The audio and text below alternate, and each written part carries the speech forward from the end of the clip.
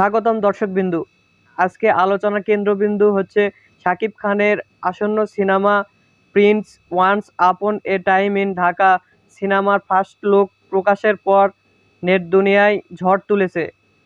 এ বিষয়ে আপনি কি বলতে চান? আসলে আমার মতে ফার্স্ট লুক একদম ফাটাফাটি হয়েছে।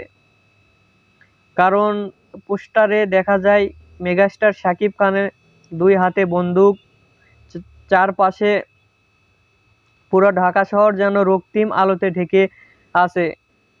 এটা প্রমাণ করে যে সিনেমা একদম ১০০তে ১০০ হবে। ঠিক বলেছেন আপনি। আর এই লুকটা কি হরর মাফিয়া সিনেমার মতো লাগতেছে? হ্যাঁ, অবশ্যই।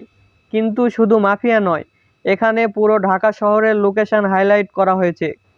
যেমন উত্তরা, মোহাম্মদপুর, গাবতলী, কারওয়ান বাজার ইত্যাদি। এটা প্রমাণ করে যে শাকিব খান শুধু হিরো নন, শহরের গল্পের সঙ্গে ওয়ান টু ওয়ান কানেকশন আছে। আর দেখলাম পোস্টারের কালারটা কি দারুণ, গা ডার্ক লাল এবং কালো, একদম থ্রিলার ফিলিং। হ্যাঁ, ঠিক বলেছেন। লাল রং উত্তেজনা, অ্যাকশন ও ঝুঁকি নির্দেশ করে। আর শাকিব খান যে কেন্দ্রবিন্দুতে আছেন সেটা দেখা যাচ্ছে তিনি পুরো গল্পের কোর। আর বন্দুক ধরে থাকা পোস্টটা, এটা পুরা এপিক ফিল্মের ফ্লেভার পাওয়া যাচ্ছে। বেশি কথা না বাড়াই, দর্শকদের জন্য শেষ প্রশ্ন, এই ফার্স্ট লুক দেখে কি মনে হচ্ছে সিনেমাটা বিগ বাজেটের হবে? কি বলেন আপনি? অবশ্যই।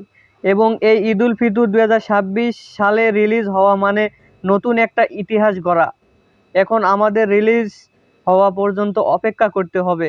ধন্যবাদ আপনাকে আমাদের কিছু সময় দেওয়ার জন্য।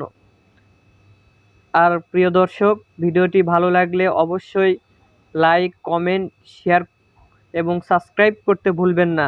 আর নতুন নতুন ভিডিও পেতে অবশ্যই আমাদের চ্যানেলের সাথেই থাকবেন।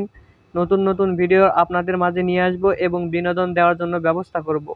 ধন্যবাদ।